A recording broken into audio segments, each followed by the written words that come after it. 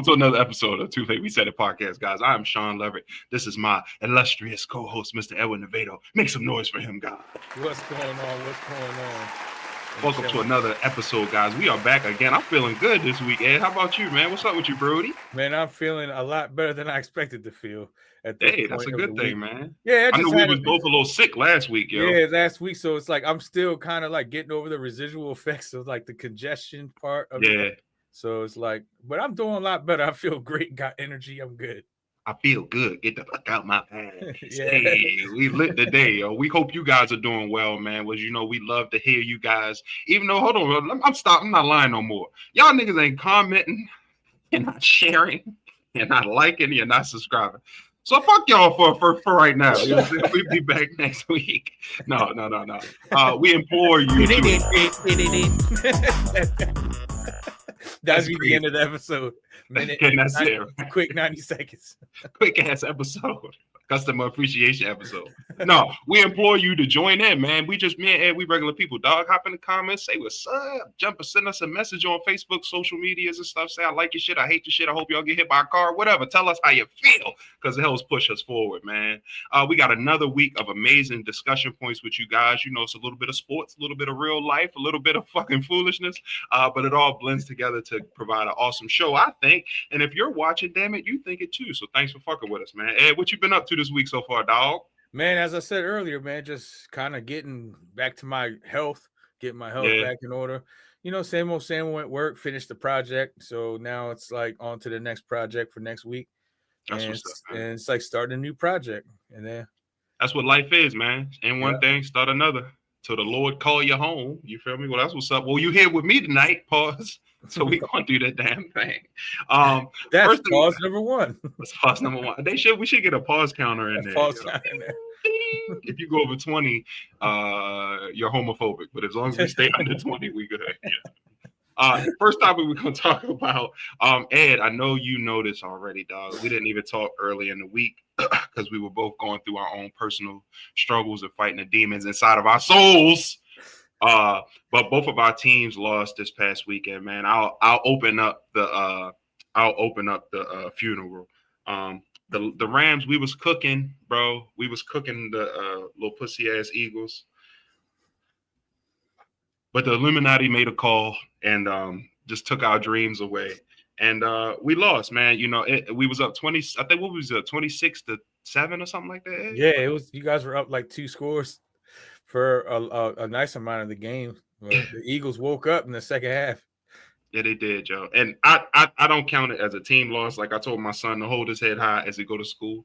I don't count it as a team loss. I count it as a special teams loss. You know, we missed some field goals. We had 2 blocked field goals, and we let chunky niggas take it back for 80 on us. So it was really demoralizing. But you know, and then the next day they said that he reached 18 miles per hour. I called. They didn't have to put that nigga numbers out there. Right? He did not reach 18 miles per hour. Was it Cap? It was Cap. It was definitely Cap, yo. That's what made me know, like, I can't trust the numbers now because my man was not moving no 18 miles. If they were saying 16, 17, maybe 18, bro. That's faster than a Prius and a smart car. But you know, I had to take it on the chin. Pause. That's number 2. We gotta stay under that number. My man was running faster than a one wheel. Hell, exactly. The little one mono joints. He was running faster than that shit. Fuck no, that's bullshit. It was tough, man. But you know, we got the Colts this upcoming week, and you know, we're gonna make it do what he do. Do what it do. A lot of us are motivated to kick some people's ass, and it's gonna happen to the Colts. Ed, how you feeling, man? Speak your piece on your L. Man, the L was probably the worst L that the Ravens have ever taken. For one, they allowed the most rushing yards in the franchise history. They allowed Sonic and Knuckles to run wild and had our coins just all over the field. Where was Roquan Smith? Hiding behind blocks. He was very I was disappointed in him in the last game a lot. Not saying that he's not capable, but I don't know what was going on with him. Yeah. He started off the game with the whole defense started off really well, and then somewhere in the game they just lost everything, and they were just the Lions could do whatever they wanted. It was tough, man. Derrick Henry fumbling 3 games in a row. Like in his whole career, he's fumbled like 3 times. Comes to the Raven, he's now on his 4th fumble. Like, what's going on? Hey, before you move on to offense, though, you did last week. You did say Matabike being out and Van Noy being out. You was worried about it, and I was. it proved to be very true. Yeah, It they proved were to be very running. true. They were running rampant. We got 0 sacks because we Running got rampant. no interior pressure. But credit to the Lions because I spoke ill of their interior line, They and heard that they shit. showed out and proved me wrong because it looks to me like they're fixing their mistakes. They're turning it around where the Ravens are still limping.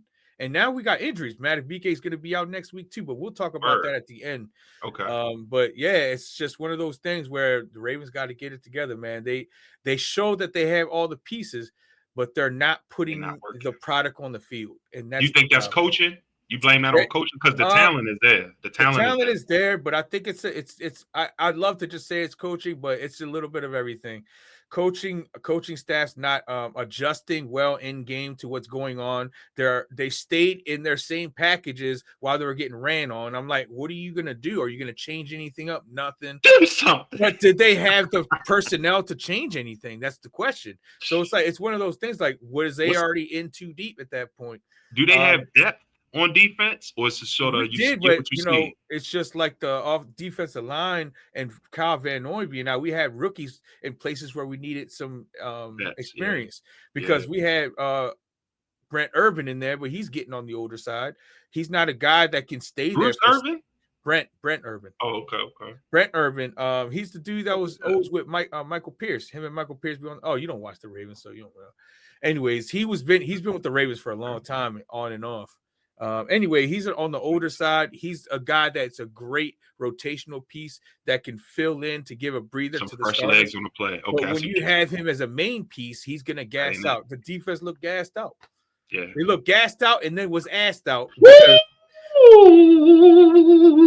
it looked like the defense was about to pass out, and then the offense couldn't get no production on the run game, so it had to be all on Lamar. Lamar wasn't taking lanes to run. But he couldn't. He was hawking. They had a 3-man spy going on, rotational spy that was very well executed.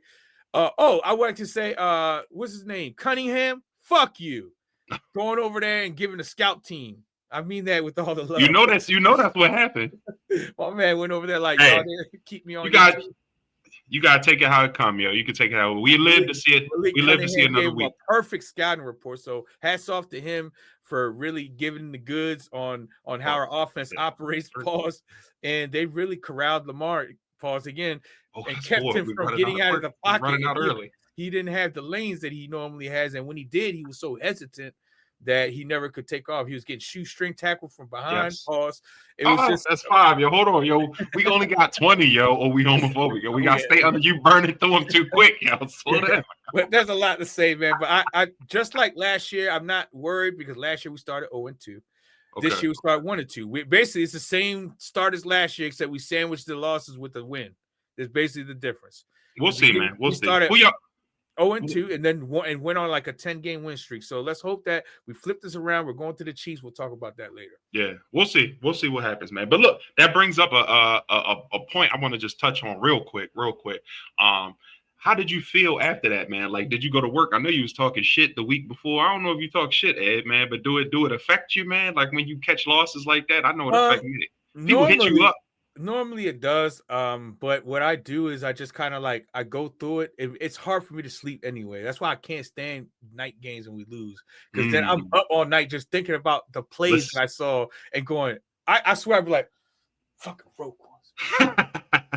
Come on, Henry. Sleepless nights. Like, fuck off, Malik. I hate you, hurt, Malik. bro. Why you have to go over there and snitch on us?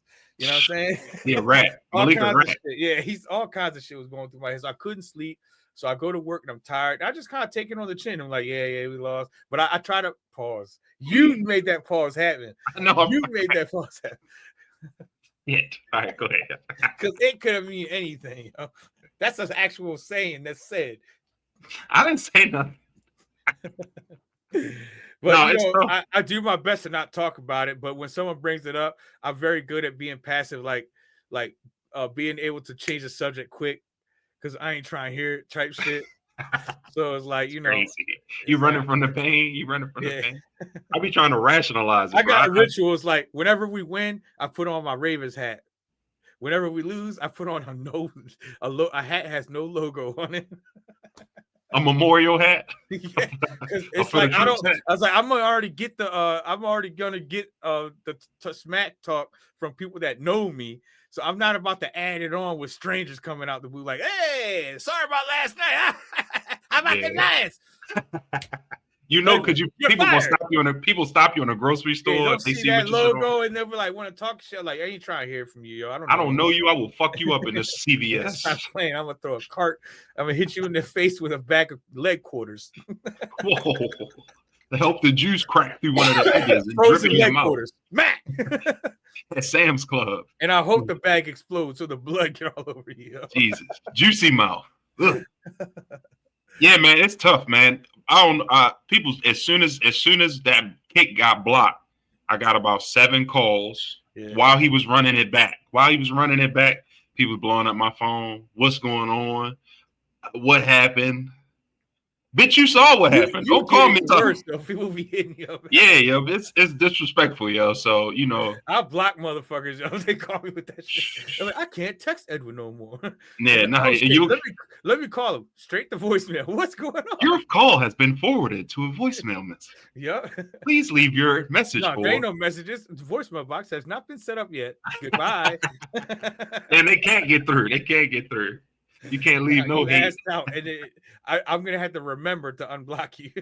Jesus, man. One Yeah, time I blocked somebody, and it almost took a whole year before I figured it out. I'm like, oh, yo, what's up? What's up with Joe? And then I go to call him. He's like, I've been trying to get in touch with you for weeks. I'm like, oh shit. Keep trying, Nick. You still salty about the Ravens? And then click it, block. What type of shit is that? You know I am. That's why I ain't pick up for you. I don't know. People stupid with that, man. But sports is tough, man. Try to, if and when your team lose, because your team will lose, watcher. Even if you're a Chiefs fan or Eagles fan, or what teams don't lose a lot traditionally. Anybody except for a Browns fan, I guess. The Chiefs, except this year, they're 1-2 as well. They about to flip, but we'll talk about that later. You're going to lose. Basketball, tennis, hockey, lose with grace. But if somebody do come up in your face disrespectful, you got permission to body slam them on sharp objects. It is what it is. Moving on. One thing was a touchy subject in America, man. It provides and it sometimes causes a lot of fray in the social fabric, if you will, is body cam footage on police. It's a double-sided thing, I think, though, man, because a lot of people, sometimes we get fucked up videos, for lack of a better word, like George Floyd videos and things of that ilk, and that really divides the room, so to speak, in the society. You got people who sympathize and empathize for Mr. Floyd and things that happen like that, and you got the other side of the room. It's like, if it wouldn't have been on that fentanyl, he would have just survived. All those people like that. So sometimes you get that view from body cam footage, but what usually tickles my fancy is the body cam footage that's more of the funnier variety. It's a lot of body cam footage that I like to watch. People running away from the black, white Indians. Sometimes the Indians is the toughest fighters when it comes to running from the police. I bet you didn't know that. No. Sandeep be getting the fuck up out of there. I like to see that, people getting tased. People trying to talk shit with the police, man. But I don't know. It's a sadness and a funny. It's a sadness and a funny to a lot of things, and one of those things is definitely police body cam footage. So I'll ask you this, Ed: have you ever seen any body cam footage that made you laugh when you were watching police body cam? I can't really think at the top of the head of any kind of body cam footage, but some of the best body cam footage. I remember there was a dude that was on a sky lift. And he went to the gas station to buy some beer, and he was driving the sky lift on the street. On the crane, the sky lift crane. The sky lift is a rectangular shaped object that goes up and down. Oh, the scissor lift, scissor lift, also known as a sky lift. Okay. Yeah, so he's going up and to down get beer, yo. To get beer, and and the cop tries to pull him over. He was like, "I'll just give me some beer. I'm on my lunch break." My man tried to stop him, so he was like, he's like, I need you to come down there. So he's like, well, come on up here and get me. And he went, My man came out the little crowbar and released the pressure off the hydraulic and brought his ass down.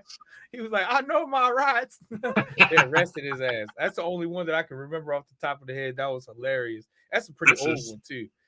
That's insane, man. But it was all caught on the body cam, Yo, and it gives you a look into some of the crazy shit that police officers deal with, man. I know quite a few cops here in Baltimore City, man. My cousin, she's a state trooper. I got a couple comedian homies who are police officers, man. Stand-up comedians? Yeah, and they comedian and good comedians too. So it's like I'm a police officer by day, stand-up comedian by night. You know, they some wild boys, I'll say that. But he's like, they call me Big 5-0. Big 5-0 on stage is crazy. You remember from Hustle and Flow? My man was in jail. They tried to give that mixtape to my man, the main character, Terrence. Oh, Skinny Black. Yeah. At the end. They call me Big 5-0. That's what he said at the end. These two police guards, prison guards. I remember that. I didn't know he said that. That's only a rap name, Big 5-0. That's not a comedy name. It don't matter, yo. My man from Big 5-0 was up on the stage. That's crazy. But I don't know. It makes you think sometimes, like, damn, what are these people experiencing? And they people too. So they taking this shit in and they seeing the sad shit. So it's some, I hate to sound cliches, but it's some good cops out there. I know some good cops out there. And just trying to getting a glimpse into some of the shit they see on a daily basis. Some of the funniest shit is really a treat. It's a blessing to be here in America. I don't think South African police got body cam footage and all that like that. No. So we really get to see these people kicking ass and sometimes getting their ass kicked. So police do get their ass kicked sometimes. So it's like, do you think that's better than cops? Remember cops? Oh, cops. They had a camera crew with them, so they could be like, "Hey man, turn that fucking camera." The body cam is a new version of cops. Like now, everybody's on the show Cops now. Yeah, but it's public information, so you can't really sell it. I mean, you talk to your cop friend, your colleague as a cop. Yeah. Do they just forget that they have body cams on, or because sometimes it's like some of the situations where police officers get in trouble from body cam footage? Is like, are they forgetting that they're being monitored? I think it all go back to just complacency, being a person, being just like I said, they people. It's just too. human reactions. Yeah, if you get in a heated situation and a high energy, high passion moment, you know, you being a police officer really not a factor. Like I don't know if you ever seen the movie World War Z. You ever seen that movie with Brad Pitt? Yeah. When he went into the supermarket to try to get that asthma medicine for his daughter, the cop, yep. And the cop ran up and was like, "Nigga, I'm not worried about you. I'm trying to get this formula for my child." It's like that's a completely different situation and world turning into zombies. He ain't worried about no crime right now. Exactly. I'm about to steal. Watch. I'm stealing myself. This ain't the time to be policing. I ain't finna lock myself up. I am not Lieutenant Dan. Just trying to kiss some You got legs made from the spaceship, Forrest. Magic legs. Watch them run. Forrest was a dog. Yo. All right, anyway, we took too long with it. But yeah, man, I don't know. I just want to talk about that real quick. That is insane thinking about some of the stuff. One video before we segue. So I got a quick question before we hit that joint. Yeah. So when Officer LaRusso empties a clip into my man like for a traffic ticket, he could just say he's having a human moment. Oh, I'm just human. My bad. No. Pencil. I'm not saying it's permissible. Humans too, yo. I'm not saying it's permissible. Oh, whoops, I'm human. I'm telling you why it happened. I'm talking about why they made the mistake because humans are fallible. I'm not saying we're gonna be like, what happened?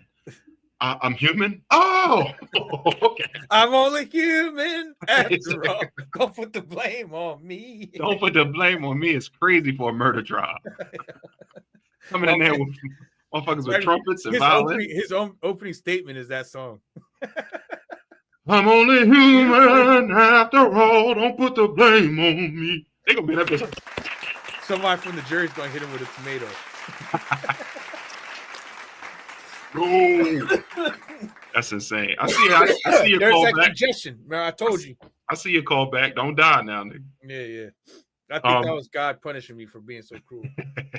It's okay, man. Life is fucked up, guys. Life is fucked up. But how we respond to it is what's defining. You know, when you allow things to draw division instead of trying to figure out where you can grow from something and learn from something, nobody's ever going to give you nothing. So you have to figure out a way and devise a plan to collaborate and collect with your people. If you know what I'm saying, I ain't gonna get too in depth to it on YouTube. Collect with your people and connect with your people and get some shit done. Because bitching to the people that did it to you ain't gonna never change them. But we moving on to the next episode. So I don't know if we talked about it last week, Ed, but I went to go see that movie Him, bro, and it was oh, that's right. We didn't get a chance to talk about it. I went off on a tangent all about. No, you rekindled my interest in anime. I was in that bitch like this. Oh, yeah, it sounds good. Yeah, so tell me about Him, because there's a lot of mixed reviews that I've been hearing. Some people thought it was amazing. Some people said it's underwhelming. So I'd say it's mixed reviews is what I'm getting. I watched it 3 times already, right? Because I wanted to give it a fair shake. Once in the movies and twice in the streets, I'll say. But I just think it could have been so. This was to talk about something else, but just a quick little touch on that. I think it had a great premise, but the execution and storyline arc they took under that premise was kind of not what you should have did. It also wasn't a Jordan Peele movie. A lot of people be like, Jordan Peele fails. Take that, you bitch. They're getting a little bit upset about it. It was I think he had some hand in the production, but he didn't do the direction. Producer. So basically, like the job of producer, people think is like, producer. They just producers basically like a project manager, right? They make sure that you have everything you need, and they also add input that could enhance the movie or say if they're like based on what you already put out, what they're already putting out there. Okay, so he helps to go along. He also makes sure that they have what they need, and also uses his connections in the movie industry to allow the movie to flourish. So he's directly involved with the creation of the product, but he's not the main ideas of the product. Right. He may throw inputs in there, but it's not necessarily saying that this is his like core driven shit. Yeah. This isn't Us, and this isn't Get Out. He's brushing the hair on it. It's just something that's in the same lane that he probably saw the script to this, saw this in the same lane of stuff that he would do, and said, "Let me help this succeed." That's what a producer does. Yeah. Okay. All right. Thank you. You've just attended Edwin's Hollywood Academy. If you'd like to subscribe to more education, please call 1-800-SWINDLE. And of course, he's the name on the advertisement. Produced by, because that's the draw. That's the draw. Yeah, he becomes the draw to the movie to help. But anyway, I did get a little bit of what I'm about to talk with the little subject we're going to try segue to real quick is cult classic films. So those movies that are transcended through time. You might watch it with your kids, like A Christmas Story. Doesn't necessarily have to be horror, but I did get a little bit of a cult classic vibe to it. It felt like in a few years, 10 years, people are going to be watching it just because it's, remember him, the first football horror movie, So, but what do you think of some key pillars to building a cult classic movie? And I mean, when we talk about cult classic movies, we're talking about movies with tremendous following, Michael Jackson-esque. So we're talking about like Halloween. We're talking about the Screams. We're talking about the scary Star movies. Wars. We're talking about. Can't forget about the parody movies like Scary movies. Exactly. Naked Gun and all of all of those movies that have a fan base to this day. Like movies sometimes will run an old ass movie now, like these days, because it has so much following. But anyway, so like if I'm looking at the body of a cult classic film, I got the head, 2 arms, 2 legs, and a heart. That's 6 pieces. What would you say are 6 key components of a cult classic film, dog? A cult classic film, to me, I'm going to define what it means to me, is a film that, from the critical standpoint of like the Hollywood point of view, it's not viewed as something that's going to win awards. It's not looked at as like, this is the greatest movie ever made. But for some reason, it has the same success as those movies that have those same titles like Titanic and like Avatar and like Godfather and these high critically Blockbuster acclaimed films, movies that are known to have award-winning movies. But these movies are thought to be lesser, but somehow still make the same or more.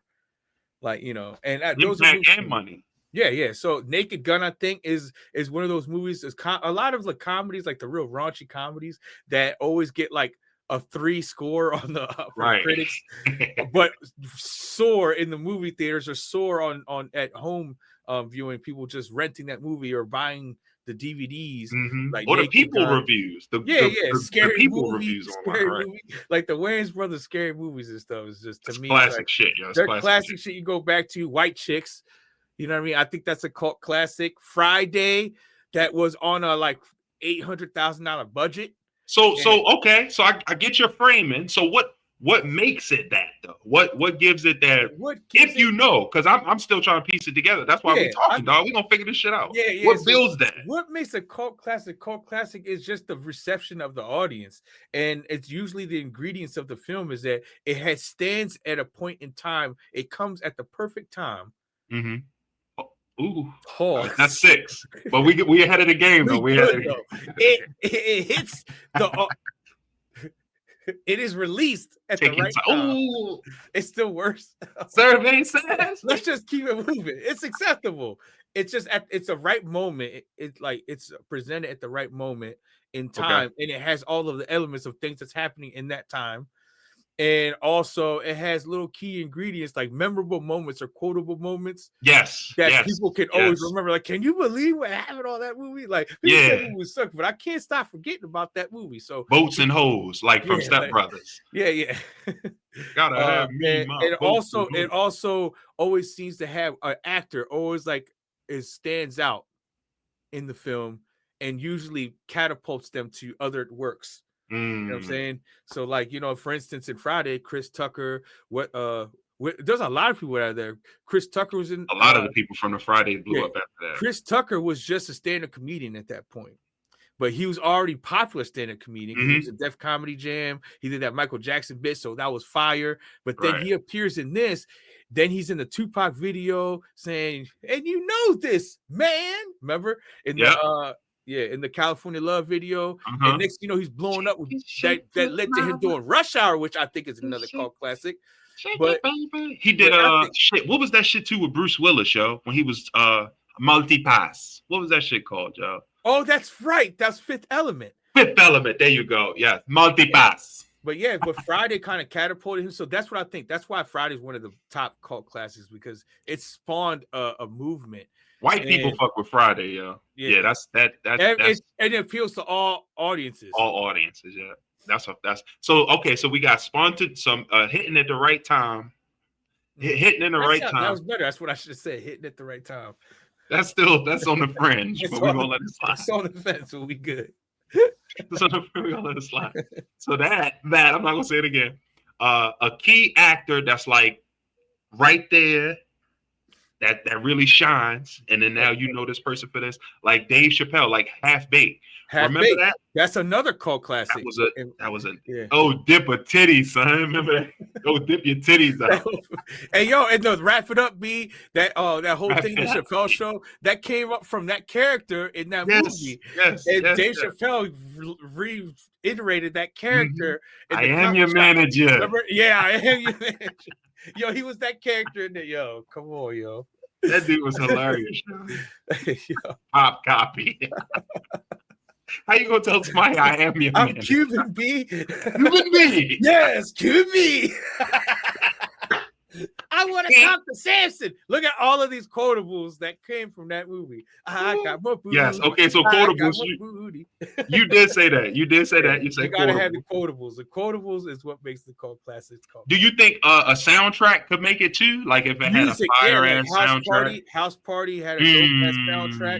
And that's a movie that was a low end movie, low budget, but it had expectations. But it was a high in the hip hop community. Kid at the right time. Just like you House said. Party spawned a bunch of spin-offs that came off of that, and a lot of the actors that came from House Party we saw in Martin and started coming up in other movies and stuff like that. So yeah, obviously, Tashina Arnold was in that Tashina movie. Arnold, yeah, and you know, she was then huge in Martin. yeah.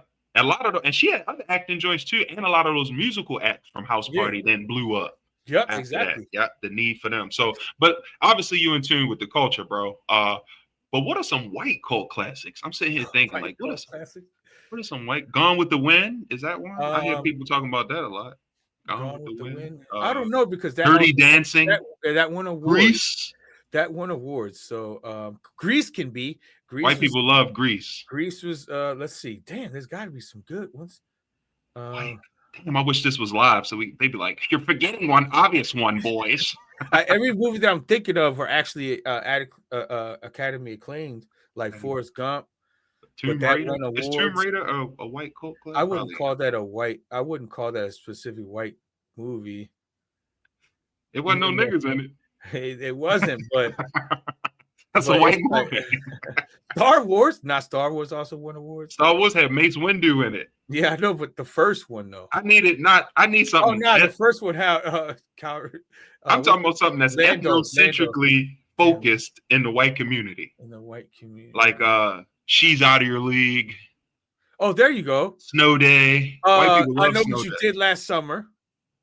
I watched that a couple of times. It was some black people. I Know What You Did Last Summer. And then what was another movie? Final Destination. Final Destination. Okay, I give you that. Final Destination. Snap and bring that. I mean, what are we talking about here? Let's go to the horror genre. Friday the 13th. Michael they do Myers. A lot of white people shit in that. Yes. Yeah, that's except for that one dumbass nigga. Everything about those movies was expressing white culture. Like, what's that noise? Let me go check it out. Couldn't be much. It's really scary out here. I'm horny. Let me go get a beer in the basement. Sounds like a time to have sex. People are dying all around us. Yeah. Yo, remember that one black dude though try to run the fade with that was in Friday when Freddie goes to with New Jason. He tried to run the fade with Jason. Hit it with the Johnny Cage fatality, yo. Oh, it was Freddy Krueger or Jason? It was Jason, my bad. He tried to squabble up, yo. He did good at first, and then Jason hit it with the Johnny Cage fatality. He tired out. What happened was he got tired, yeah. Tired out. Your arm's too short to box with God, and Jason was like, "Are you done? Are you done? I'm dead, nigga. You can't kill me. My turn." Jason at least gave him the respect to finish him with his fist instead of like macheting him. Yeah, He hit him with the Johnny Cage fatality. Remember? Yeah. He did the uppercut. Wow. Because imagine being Jason. Nobody probably ever tried to run the fade with Jason ever. And he's probably Tommy from Friday 13th Part 2. Oh, somebody. So he tried to kill him.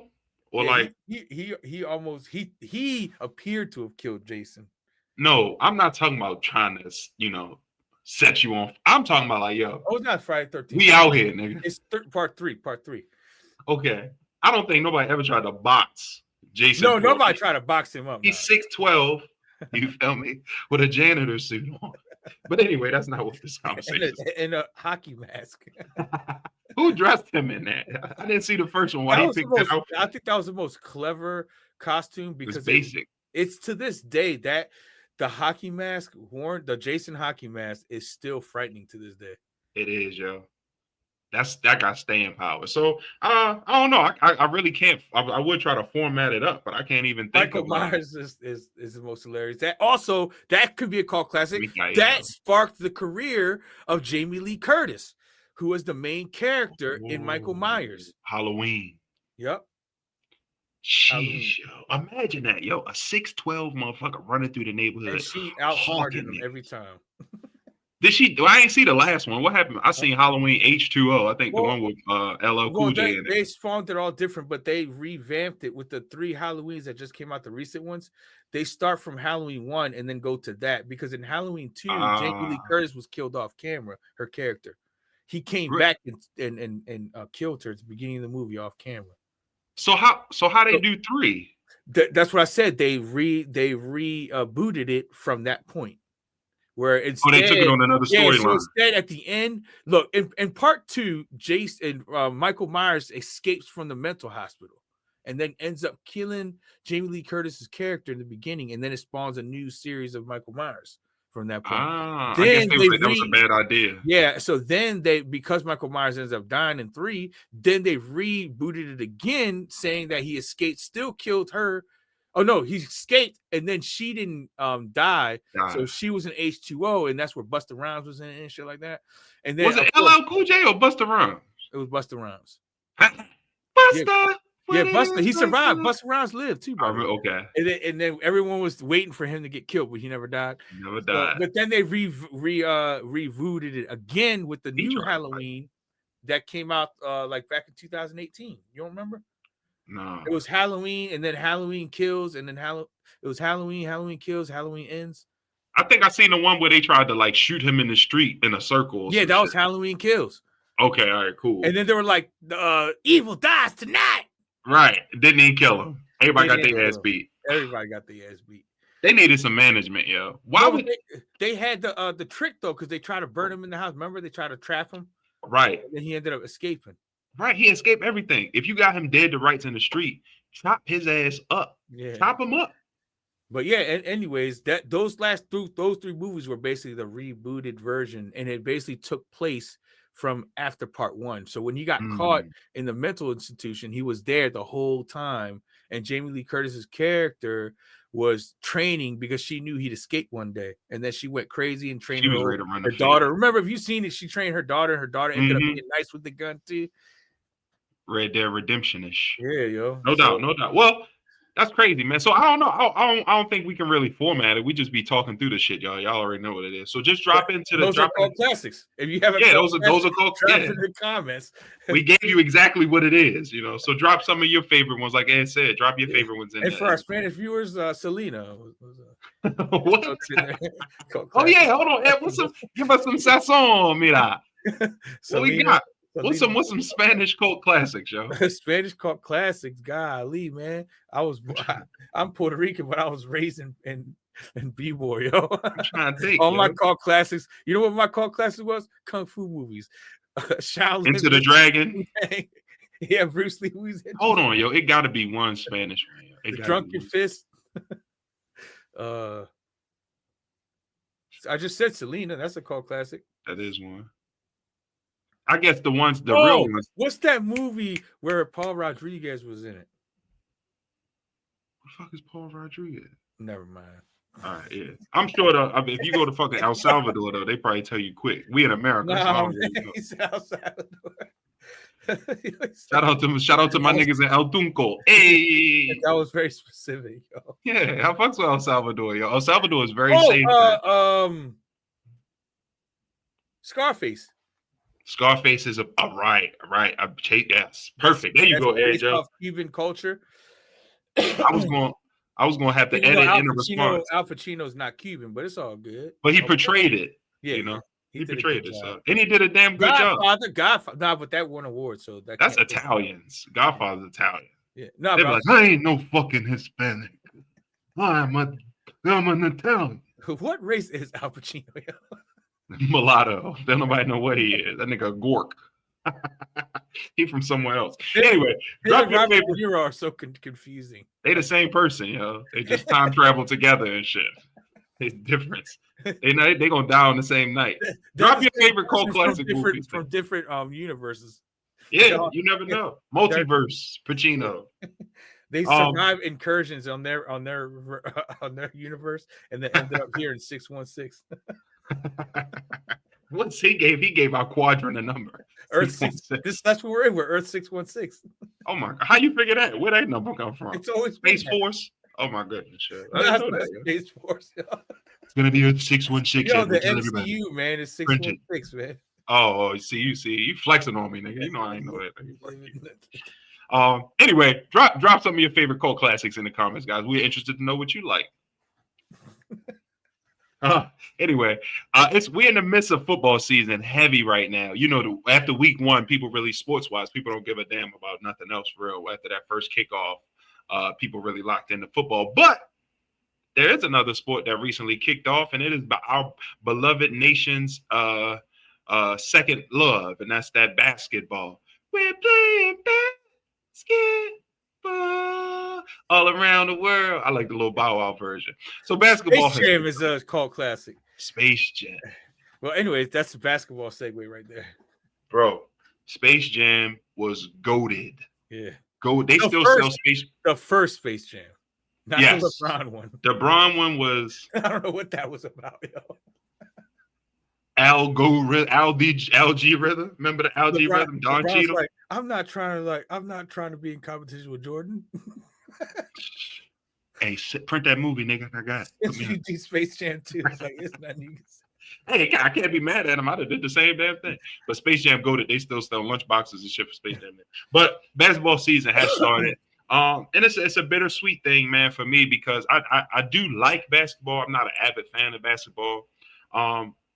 But, you know, some of the more predominant figures in basketball, to me at least, are entering their twilight, man. And it's signaling the end of an era, sort of like when TB12 went away and Roethlisberger went away and, you know, all of those type of guys went away. So now we're looking at Steph Curry getting ready to retire. I think he's in like year 18. Bron in year over 20. KD getting up there, man. So what do you think about that? Well, first of all, are you a basketball fan at all, Ed? Yeah, I was a basketball fan. I'm talking back in the Jordan days, you know, John Starks, the 90s, Hakeem Olajuwon, Michael Jordan, Pippen, freaking Anthony Hardaway, Tim Hardaway, Dominique Wilkins, Sean Kemp. Sean Kemp was my boy from the Supersonics, yo. Okay. But so you already saw the death from back in the day. So I do know some of the players now. Like you know, we got Steph Curry, obviously. You got who else? LeBron James. No, I got you. But so it sounds like the grieving of your idols as far as basketball go has already taken place. Yeah, that's already from the 90s. All the way down to the early 2000s. That's pretty much that was your jam. Like, because I started heavy in football. Like, I was just watching football here and there because my dad loved football. And then when the Ravens came to town, that's when I immediately switched to football. Hardcore. So it's like I was like, holy shit, I got a home team now. All I could hear about was how we used to have a team, the Colts, and how they left in the Mayfield. All I knew was the legend of the Colts. Damn, yo! Imagine if you were a child and your father left one week. Because that happened before my time. You know, I was in '83. I was only 2 years old. Yeah, but I'm saying though, imagine if you were a child and your father leave 1 week, and then the next week your favorite team, the Colts, leave the next week, dog. Damn. That motherfucker probably grew up a villain, you know. He's a super villain. Super villain, mega mind. That's crazy. But I don't know, man. I think each of the marquee players that you talked about, you know, the LeBrons and the Seth, I think at this point of their career, you get to a point like, what more are you doing? They've already solidified, I think, Hall of Fame careers for sure, each one of them. So, you know, I think it's time to look back and reflect. I do think a lot of people, because of his political somewhat association, LeBron, you know, he might not get as much fanfare over the year or a fanfareful exit as KD will get or Steph will get. But LeBron, I think, had the biggest impact of any basketball player ever, yo. He hit right here at this social media peak. Like, LeBron came out and social media came out, and it was just like, I mean, we could call him the most influential and all that, but in the end, it's impossible for you to escape. I am going to start it. Michael Jordan hasn't played in so long. People still like trading like retro Jordans. That's Michael Jordan. Here's the question: when 20 years go by, if we're over here trading retro LeBrons? Yeah, you will be. No, we won't. I haven't even seen any LeBrons. Have you ever heard somebody stand in line for LeBrons? Yes. I haven't. Happens all the time. Does it? Yeah. The small group of fans. Not the team LeBrons, not the LeBrons you get from CVS. Them joints, don't nobody standing in the line for the CVS LeBron. Maybe a LeBron on there doing a Sailor Moon piece. I mean, maybe it's true. Who knows? But still, Jordan. Yeah, you just out the loop on that, Ed. Like, my kids be putting me up on shit. I'm not your kid, nigga, but you know what I'm saying. Like, you're not paying attention. It's a certain crowd, though, right? Yeah, the hype beast crowd, the sneakerhead crowd. Yeah. But if you talk to any sneakerhead, what's going to be the common denominator in every sneakerhead's Jordans. They're gonna say Jordans? Jordans. It's a foundational thing, but it came in it was the first one there. It's like McDonald's. That don't mean it ain't other equally good burgers out there. Well, And now, yeah, but we're talking about influential. When you said, now is he one of the most influential? Yeah, but I can't sit there and say he is the most influential. I think LeBron the most because influential. Michael Jordan almost achieved Michael Jackson status. Nah. How didn't he? He was worldwide. He was worldwide known in a time when social media didn't exist. None of the things exist. Well, it was easier then to be worldwide known, right? Hell no. Yeah. Basketball wasn't viewed all over the world like it is now. But he was on Olympic teams. Michael Jordan was on Olympic teams. Jordan is one of the reasons why basketball became a huge, he's part of the first dream team. That's true. That's true. But if it wasn't for that dream team, the world of basketball wouldn't be what it is. Think about it. The world got better at basketball to beat us. That's a team, though. And that then dream team into a bunch of those players becoming NBA stars. That's true. Listen to me. That's influence. Through that scope. I want to be like Mike. I want to be like nobody Mike. Wanted to be like Mike. A movie got made about it called Like Mike. Mike was an asshole.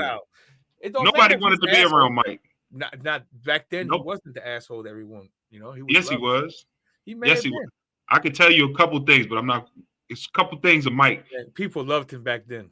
Not the niggas that to his son, But so the reality is LeBron wishes he was as big as Mike. No, LeBron the GOAT, LeBron is the man. GOAT. He is a GOAT. Oh, LeBron the man. But listen, the media, when Michael Jordan was out, it was one lens. It was the media, the propaganda is pushing this.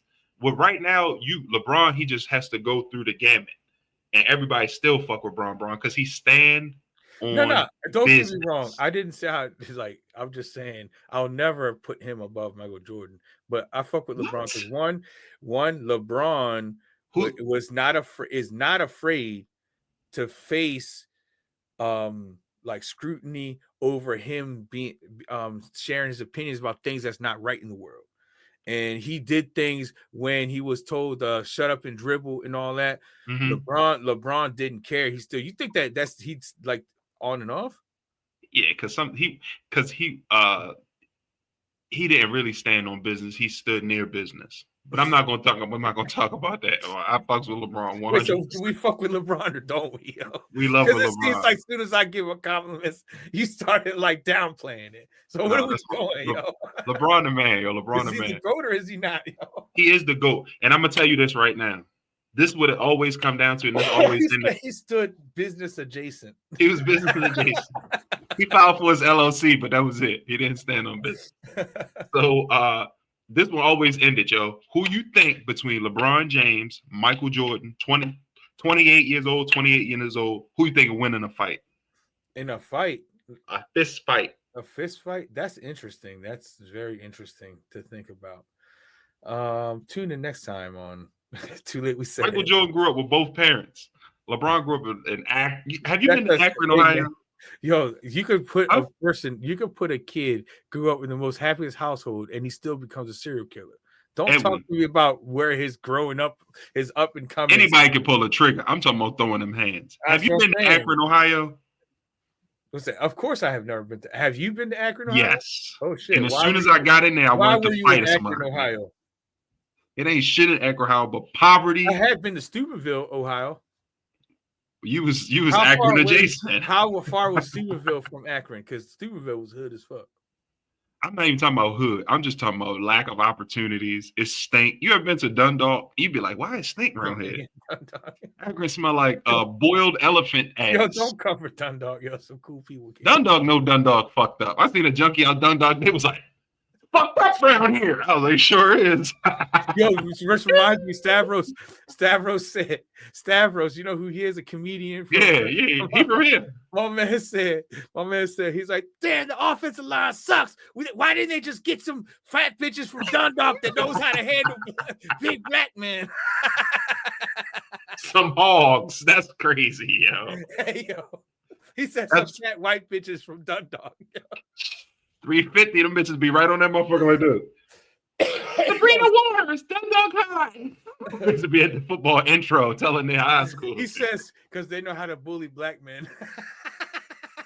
Or some shit like that. If you fucking with fat white bitches with Dundalk, you tripping. Tell me you've met Stavros before. You have. I have not, yo. I have not. You out there grinding the same locations he grinded at. Who? Me? Yeah.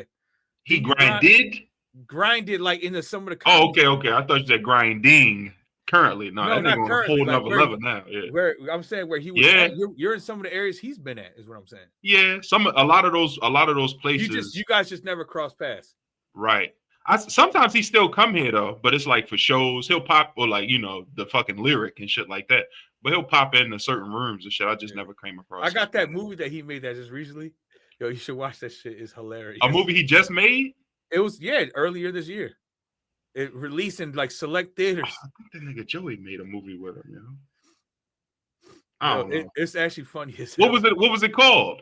I gotta look it up later. I forgot, but trust me, it's funny. It's not gonna win awards, but that's a movie that he was saying, like, I know this movie sucks because we just made this is low budget.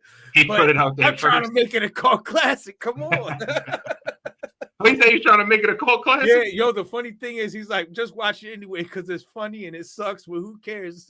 That'd be the best shit sometimes, yo. Yeah, just foolishness. The fact is, the way he like presented it, like he wasn't trying to say like just watch it because it's great. He's like, yeah, we know it's not that good. Fuck with me.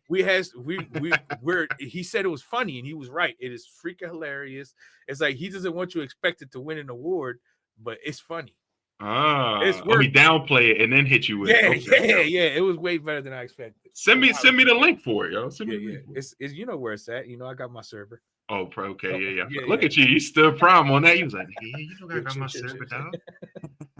You gotta give me the password and everything again. Yeah. Just go to Be More Comedy, that folder that I created specifically to put all of your comedy stand-ups. I'm gonna record tonight, yo. I'm gonna record tonight. I got a couple I gotta send you anyway, but anyway, so moving on to the next thing. I done segued into Stavros. No, that's is it Stavros or Stavros? I think it's Stavros. Oh, Stavros. Hakalos or some shit like that. He be dropping those Instagram posts every time the Ravens win or lose, and they're all hilarious, yo. Either way, sometimes it can motivate you to push forward. I'm still laughing over that fat bitches from Dundalk. That shit was hilarious. And then he said Joe Flacco won, so he was even more mad because he did beat the Packers, yo. Old ass Joe, nigga. That's crazy. Shout out to Stavros, man. So speaking of football, we ended at football, man. We're here at the home stretch of the show, and as this is the second coming of this segment right here, we're gonna make this a staple and tradition at the Too Late We Said It podcast. Ladies and gentlemen, it's time for Papi's picks. Oh shit, we're already here. Damn, it's been quick. I know, man. We blew through it, yo. We was talking about. We're still under the quota, right? We at 7 right now. We could throw a few arbitrary ones out there now. Yeah. We're gonna go pause crazy now. We good at budgeting, yo. There you go 8 right there. That doesn't count because I didn't use it in an appropriate manner. The LGBTQ community would beg to differ. That's number 8, nigga. Moving on. We are at these quick picks.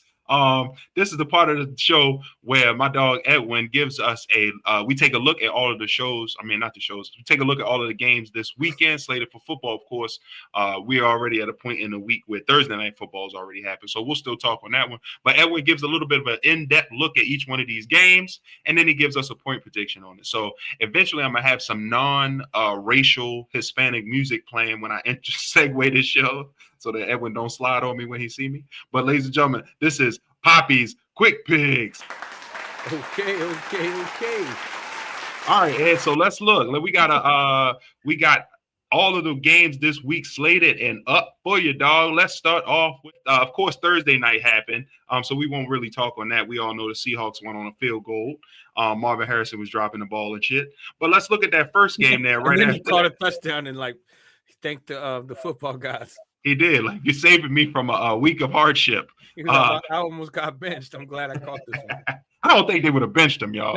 It'd have been tough. But let's look at the first game that's out the country, coming across the pond in it. It's the Steelers versus the Vikings of Minnesota. Edwin, who do you think is going to win this clash of hardened men? Pause. This game's going to be interesting because both of these teams aren't teams that usually travel, that have traveled. I think this is both of their second time traveling across the pond. Okay. And it's tough, man. That's where real jet lag happens. You know how we talk about it. Oh, you got to fly all the way out west, this and that, jet lag. 7 hours. This is real jet lag right here because you're actually, instead of going back, you're going forward. In time. The heat is on more. So you think, well, they both flying, so maybe that'll cancel out. But what do you think of the game? So now it's like these teams now have figured out that if they're going to do these overseas things, they usually fly over right away and then do their practicing overseas. So that way it gives them time to acclimate. It usually takes 2 to 3 days for you to adjust to the time change. So it's still a factor in my opinion. So I think because both teams are equally as inexperienced of taking those long trips, that it's gonna even it out. They're both gonna be a little sluggish. So I think that we're gonna see some turnovers on both sides possibly. But Carson Wentz been balling. He's gonna start again. JJ McCarthy's gonna miss at least 2 to 3 weeks with a high ankle sprain, and Carson Wentz looks like old Carson Wentz, but we all know that he tends to do that, and then all of a sudden it's a time clock. A different Carson Wentz shows up, like Rex Grossman. Remember Rex Grossman? He was the man for a little while out in Chicago. And then he play like shit. Then he ball out, and then he play like shit. You never knew what Rex Grossman. Carson Wentz has become the new Rex Grossman. Now, will he still be nice with it? I hate to say that though, because it's like that's disrespectful, honestly. It is. His injury kind of derailed his career. New Rex Grossman is crazy. I'm sorry, man. I'm sorry for even saying that, but it is what it is, and it's too late. I said it. He's the new Rex Grossman. So if we get the same Carson Wentz we got last time, this is going to be an interesting game. I think it's going to be a battle back and forth. And Aaron Rodgers, he still looks like he has something to prove. He's like, I want to retire, but I want to retire at least with the season that I can be proud of. He's not saying I need to win a Super Bowl. He's not saying that, but he's saying he don't want to go out like he did the past couple of years. I understand. So he's been out knowing you're still a dog. And I think he's with the right team to do that because they do have a good coaching staff that does know how to maximize the personnel on the squad. So you can never count out the Steelers. And even though it's fuck the Steelers for me, I still respect what they got going on over there because Mike Tomlin is a hell of a coach and they got a good coaching staff. So who you taking, dog? I'm taking the Vikings. Just because I have a feeling that Carson Wentz also has something to prove because he doesn't want to be called the new Rex Grossman. And he's going to prove me wrong and say, shove that shit, eat these words, and he's going to ball out. And Justin Jefferson is still Justin Jefferson, regardless of the quarterback that you got. All you got to do is get in his vicinity and let Justin work. Nah. Jordan Addison's not back. He's on a 4-game suspension. So this is the last week of his suspension. My network fall? Oh, man. Yeah, I think your network fell. But, yeah, Jordan Addison's not going to play. He's a 4-week suspension. So this is his last week of his suspension. After this week, he's eligible to return. So Jordan Addison, you can't hear me, can you? I can hear you. Oh, so Jordan Addison. Am I frozen? Is not. No, you're perfect. But you making gestures with your face and made it seem like you're shaking your head. Oh shit! Nah. I was moving around seeing if I was on froze mode. The show is dead, Joe. Those bloopers went to another level. Jordan Addison's gonna come back after this week. So okay. I got the Vikings taking it. The Steelers is gonna put up a fight. But let's say this is gonna be a low scoring game. I'd say 17-10 Vikings. Ooh, really? Okay. Yeah, they're gonna be sluggish for that trip over there. And it's 9:30 in the morning too. I get it. I like the Steelers in this though. I'm thinking it's like 28-18. I just don't trust Carson Wentz. I think he jumps off the bed this game and fuck himself. No, it's not 9:30 in the morning. Remember, for them, it's 5 hours. For us, it's 9:30. Yeah. But that's what time they on. 11:30, 12:30, 1:30, 2:30. It's gonna be 2:30. I think in their minds, though, it's still an early game. Their body, your clock, for years in America. Not if they flew over early in the week. They by now acclimated to that time schedule because they've went to sleep at their 10 o'clock. They ain't getting no ass over there yet. They're not acclimated, so they're going to be okay. Well, hopefully they brought their wife. That's why it's 17-10 Vikings. All right. The Washington Commanders versus the Falcons now. The Falcons, they got a lot of things going on over there with the coaches getting fired and whatnot. Michael Penix having a bad game. They're talking about, are you going to bench Michael Penix? Raheem Morris is like, we're not even in that realm right now. He had one bad game. We're not having that discussion, but not saying that that's not something that can happen, but we're not in that realm of the possibility of discussing that right now. So at this point, gotcha. Yeah, but the Falcons, that means that Michael Penix got pressure on him to perform. It's in vouching for you in Atlanta at home, and Washington does not have Scary Jaden Terry. Daniels. Scary Terry is not playing, and neither is Jaden Daniels. There's Marcus Mariota without Scary Terry. I can't trust the Washington Commanders to pull this off with two major players on the team. Gone. But I will say this, fantasy owners, Luke McCaffrey, if you were going to start him, this is the time to start him. If you don't have nobody that's better than, because I think this game he might get 10 to 15 points. I'm just going to throw that out there. Luke McCaffrey's going to get some catches. That's a real Papi pick right there, boy. Okay, it's getting exotic. Falcons are going to take this because they got a lot to prove. They're at home. Michael Penix is going to have a 3-touchdown game. It's going to be 24-17 Commanders. They're going to still try to fight, but Falcons. they're not going to overcome those deficits there. But I mean, they still got, who they got over there? What's the other dude on the other side? The receiver, I can't remember. There we go. Yeah, I think the Falcons are going to take this too, but I think it's going to be led by Bijan. And Bijan we trust. I think it's going to be low scoring as well. I'm going to take 21-17 Falcons in the Benz, in Mercedes-Benz. Moving on to the trouble Saints. Jesus Christ. Versus the Bills, man. This is about to be a shellacking. What you talking about, Ed? I think it is a shellacking, but I really hope it's not. I really hope that Alvin Kamara really shows his receiving skills and starts catching some screens, some quick routes, some wheel routes. Shit. Let's get Alvin Kamara involved, please, because he's your best. He still shows that he's the best offensive piece that they got. He's 29 years old, but he still looks like he's still in good shape, and he still can handle the heavy load. He can handle it. However, the Bills, what they're doing right now is just going to be way too much for the Saints. The Saints are going to score 2 touchdowns, 14 points, but the Bills are going to run away with it 34-14. 34-14. You gave him some respect. It could be a 40 burger. In Buffalo? We're going to in Buffalo. It's going to be 34-14, The Bills. I'm riding with you on that one. I think the Bills are going to beat their coochie up.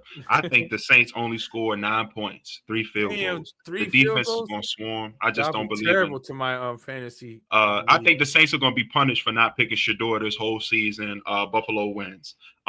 Next, we head to welcome to New York City. The New York Giants versus the Los Angeles streaking Chargers. They're on fire right now. Who you taking in this one, Ed? What you think? Listen, the Giants are about to turn their season around, but it's not going to be this week because they're facing a very stingy San Diego Chargers. That's fucked up. Jackson Dart, I expect them to win some games with that young quarterback, but it's just the worst game to throw them out there on. But I understand why they're doing it. Russell Wilson looked like he mentally still wants to play, but physically he retired. That's how it happens, yo. That's how it goes down. It's time to hang it up, Russ. If you're going to be on 4 didn't Russ cook last week? He did, but where's his head at though? Why did he? That's a whole nother story. Okay, all right, yeah, my fault. Go ahead, continue. Back in the end zone, two throws in a row, even on a 4th down play in the end zone. I mean, bro, I got you. All right, continue. Throw an interception at least. That means you gave a chance to somebody to catch the ball. You gave up. Go ahead. My fault. Go Anyways, ahead. that's beside the point. The Chargers have been playing exceptionally well.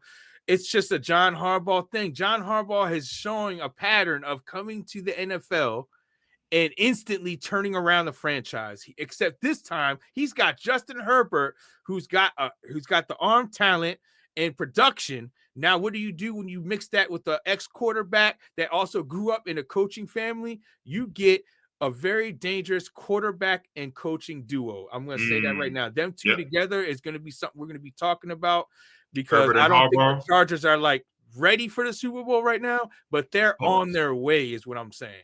They're not even the best team in LA. Go ahead. Oh, word. Oh, I mean, yeah, I'm not going to put them better than the Rams yet. We'll get to that though. Go ahead. They on y'all heels.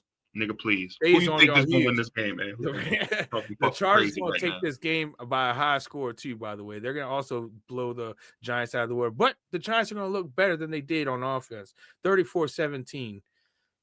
Chargers over the Giants.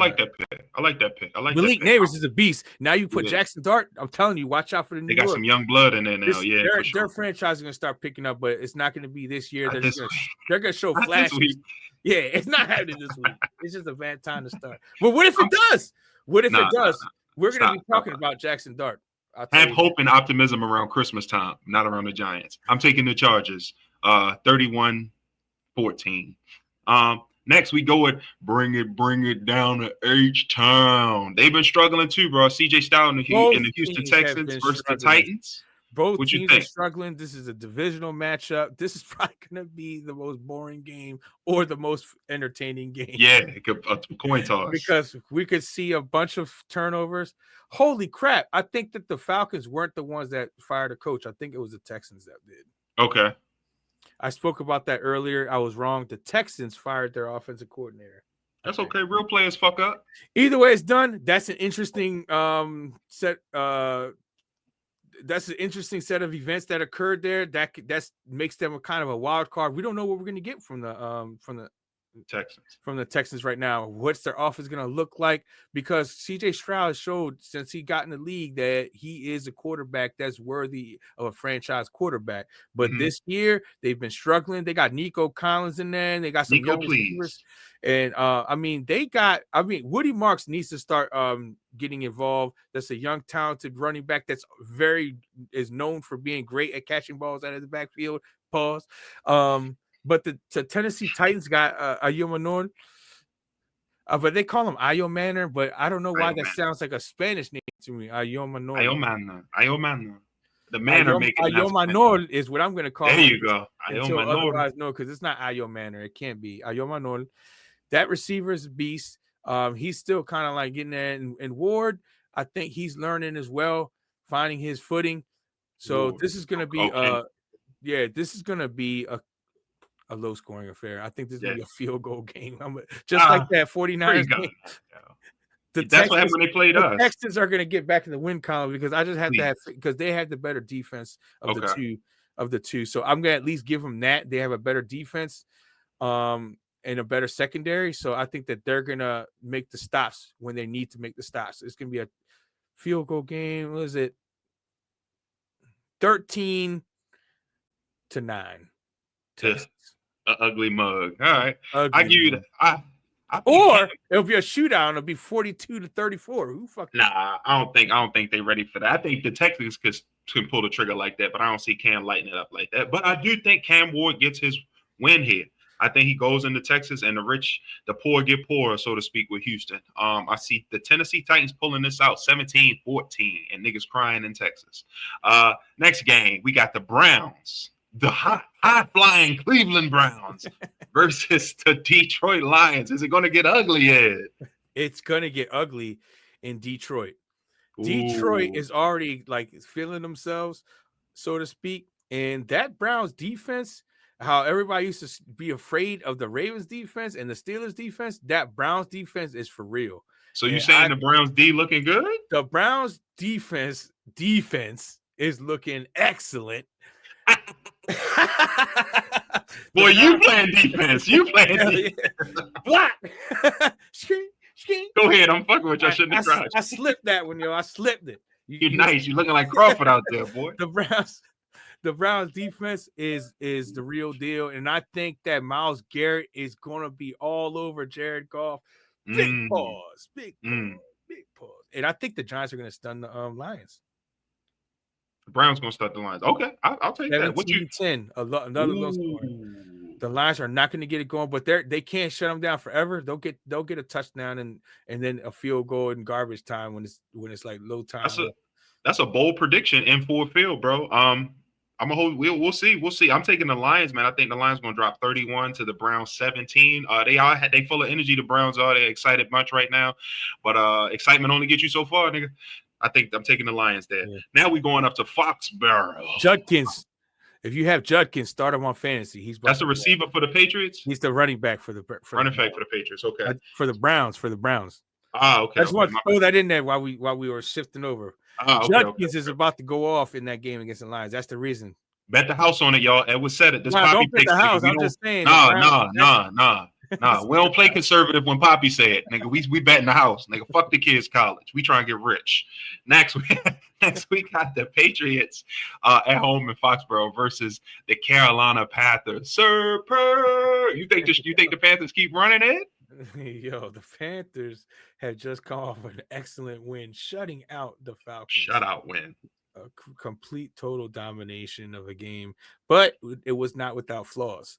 They did have flaws in that game, so it's not like they had a perfect game. Their defense and the Falcons were just playing horrendous on offense.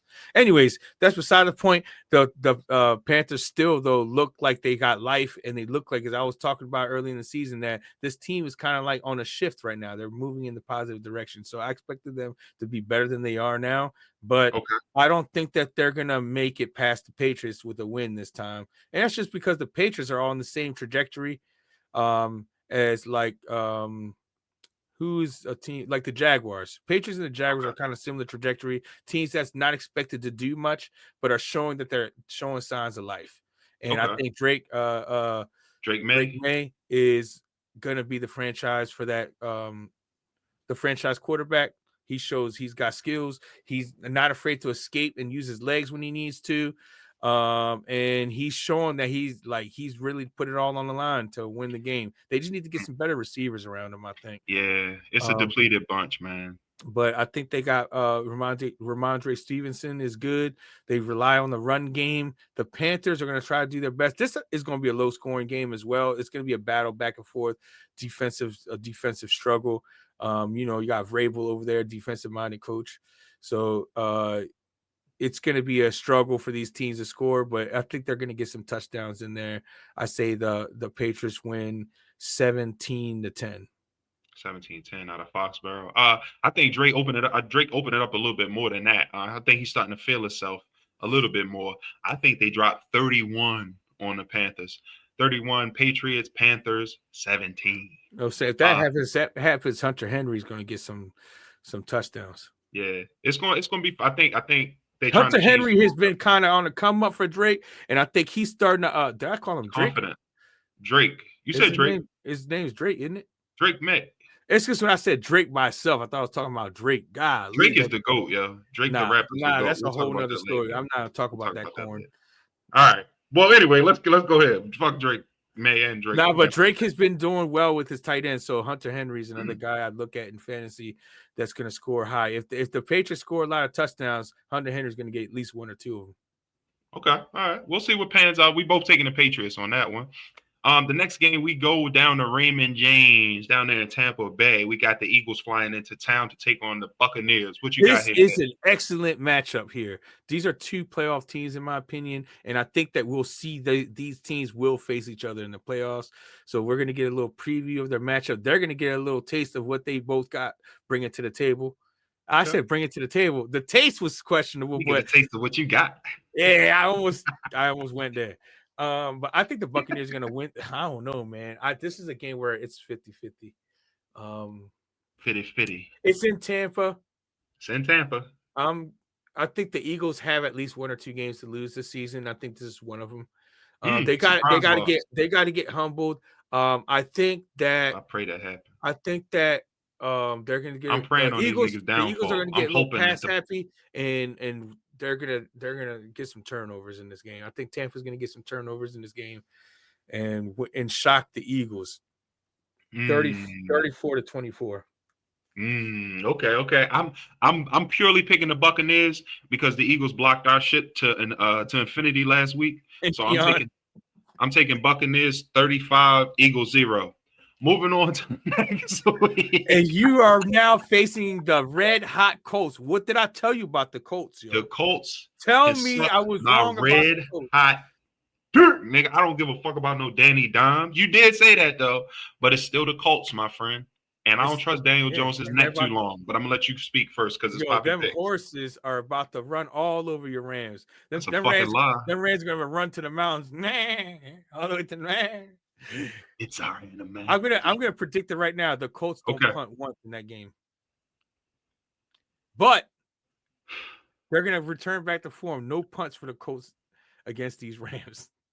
And then what you're gonna see is the Rams are gonna keep pace with them. This is gonna be a shootout. Get some help.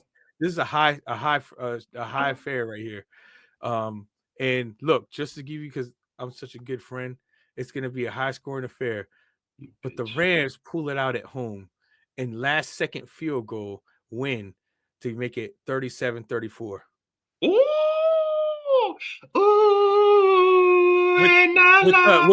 At the end of the fourth quarter, Matthew Stafford to Puka Nacua inside the 40 field goal game. Cardi, he redeemed himself. The kicker. Yo, if there's a parlay, you might take it, yo. Last minute field goal type shit. A Papi's pick parlay. You know, I told you I'm betting the house, nigga, if it come down to it.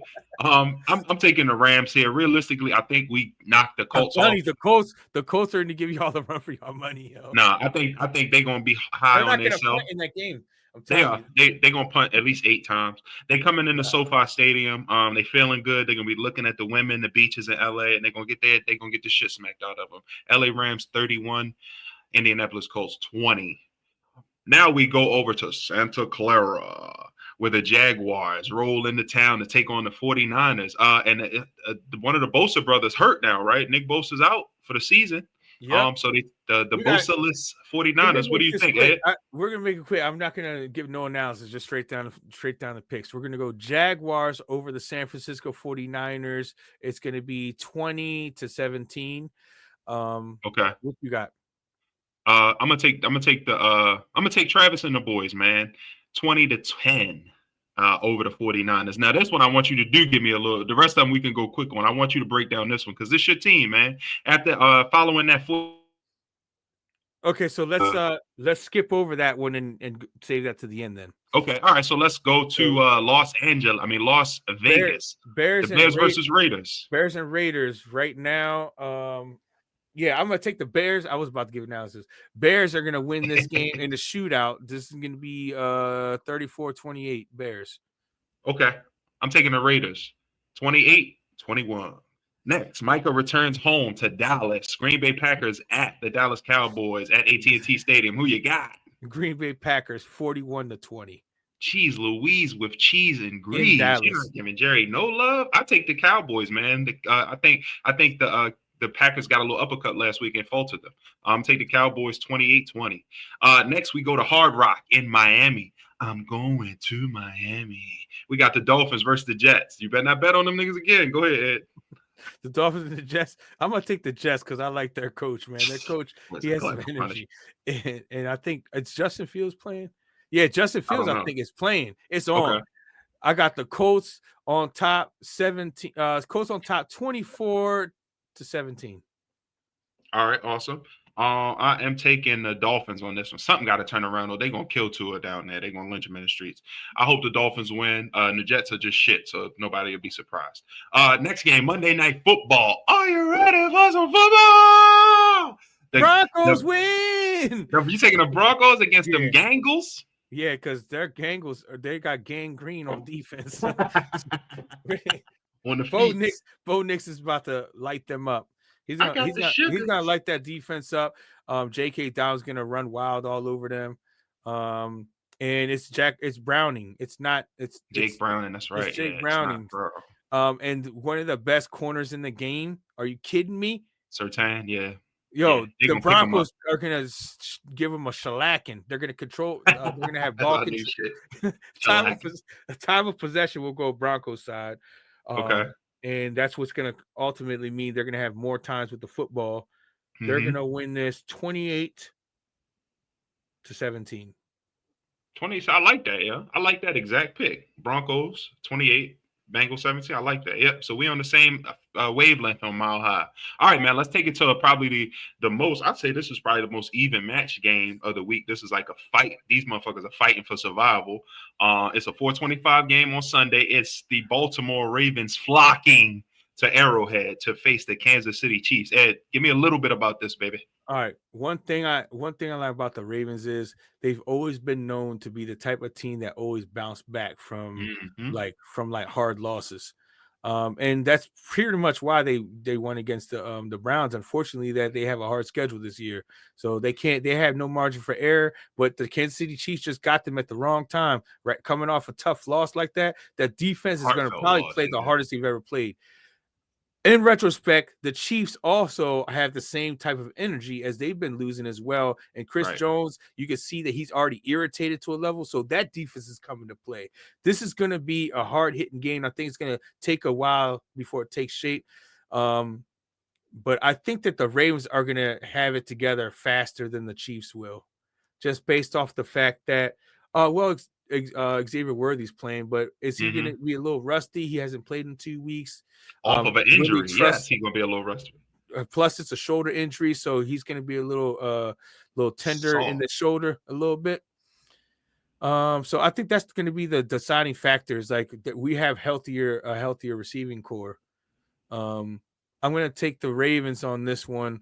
It's going to start off slow, but somewhere in like the mid-second quarter, it's going to turn into kind of a battle.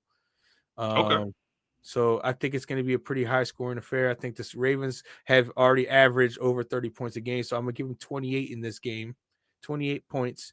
And the Chiefs are going to be behind early, but try to catch up and get to 20. So you say 28-20. But this time the defense closes the show and keeps Mahomes from scoring. I'd love to see a pick for you, yo. I like it would be nice. Close it off with a turnover. Yeah, that's what's up. I think I'm hoping for the Ravens here, man. You know I'm a big Lamar fan. I hate the Ravens, but I like Lamar. Everybody be hating on Lamar, so I want to see him succeed, but not enough to win the Super Bowl. But during the regular season and playoffs and shit to the Super Bowl. And keep an eye out for Likely. If Isaiah Likely plays, he was practicing last week, and I didn't really pay attention to see what his practice was like. But I'm about to check that. Okay. But if Likely is playing, I'm definitely going to be even more confident that the Ravens win. Patrick Ricard, man, I wish we can get him back on defense. We got some stuff going on, but the defense is greedy. I mean, they're right now hungry. They're hungry to show because right now Zach Orr is officially on the hot seat, and we got Chuck Pagano just chilling right there as a successful defensive coordinator, and they will not hesitate to switch positions. Like Zach, you're now the secondary coach, right? Guess who's the defensive coordinator? Because this is a historically great defensive team. If you want to have Zach keep your job, you guys need to ball out. Mm-hmm. The defense team didn't work, I guess. We might be seeing Chuck Pagano in week 5. Who knows? He was from the Colts too, wasn't he? He was our coordinator that went to the Colts as their head coach. Okay. That's where they started that campaign, Chuck Strong. That's right. He made it. Yep. Mm-hmm. All right. So I'm taking the Ravens on this one too, man. I think the Ravens coming in smack pat. I think it's like 35-17. Coming off a loss, man, the Ravens is tough to beat. Lamar hungry, and he gonna set that tone. So I'm saying 35-17. Lamar's been playing lights out. Yeah, I don't think Lamar's been a question at all. It's just the rest of the team need to catch up. Yeah, the rest of the team need to get on Lamar level like right now, like not tomorrow, not yesterday, right fucking now. Y'all need to get on Lamar level. Period. Oh shit! Tell him, man. Lean back, look to the left. I'm sick of all the disrespect, yo. Every loss he takes the L for the loss, yo. Like because he the face, the quarterback gonna take it. The Ravens that's losing is Lamar. But Lamar's been playing lights out, yo. He don't deflect that shit either. He take it and he keep it moving. He's making the same mistakes all other quarterbacks making within the game, yo. But at the end of the day, you look at the stat sheet and you look at the whole film of the game. He's got way more great plays than he has bad plays. Yeah, nobody can argue with that on Lamar. So we'll see how it goes, guys. And all right, that was it, man. We came to the conclusion of another Papi's picks, yo. So, Ed, thanks for bestowing your wisdom on us, big dog. Yeah, and we didn't have a crash out. We didn't have a crash out because I gotta get my ass out. Guys, thank you for tuning in to another episode of the Too Late We Said It. Shake that ass, girl. Another episode of the Too Late We Said It podcast. Ed, you want to say anything before we disembark? Nah, man, it's been appreciate this show on a week-to-week basis, and as y'all keep supporting, we're gonna show y'all our improvement. But it starts with interaction with y'all. So, like for real, you see this episode. If you made it to the end, that means we did a good enough job to hold your attention. So that means that support it by sharing it with others that you think would like this content. We're not about just getting 1,000 fans. We're about getting the right fans. We want the right people that can relate to the things we're talking about and we can interact with. Because trust me when I tell you, when we get to the lives, that's when it's going to really be on point. Because we'll be able to on the spot react to what's being said, and our topics will start to will grow different type of life based on what people are saying in the comments. Right. We want your input, guys. That's what we're here for. We want to talk to people. We talk to each other all the time. We want to talk to you. Yeah. So chime in, man. Chime in the comments. And like Ed said, we're gonna be coming live soon. So just keep pause. We're gonna keep messing with us, keep rocking with us, and we'll get to that point together. On behalf of myself, Sean Leverett, Edwin Nevada, we appreciate y'all for tuning in. We'll see you next week. Peace.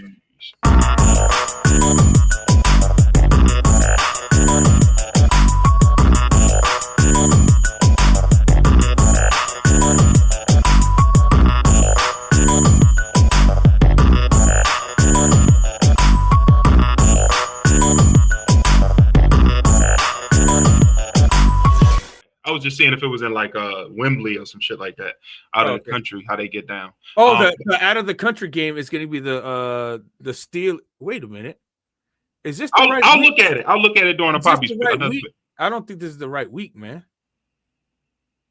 What week is this? Is that this week 4? We play the Colts this week.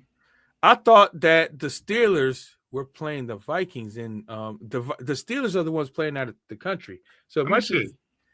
I'm tripping. Am I tripping? Maybe I'm tripping. Let me see. Is this week 4 from another season? Oh.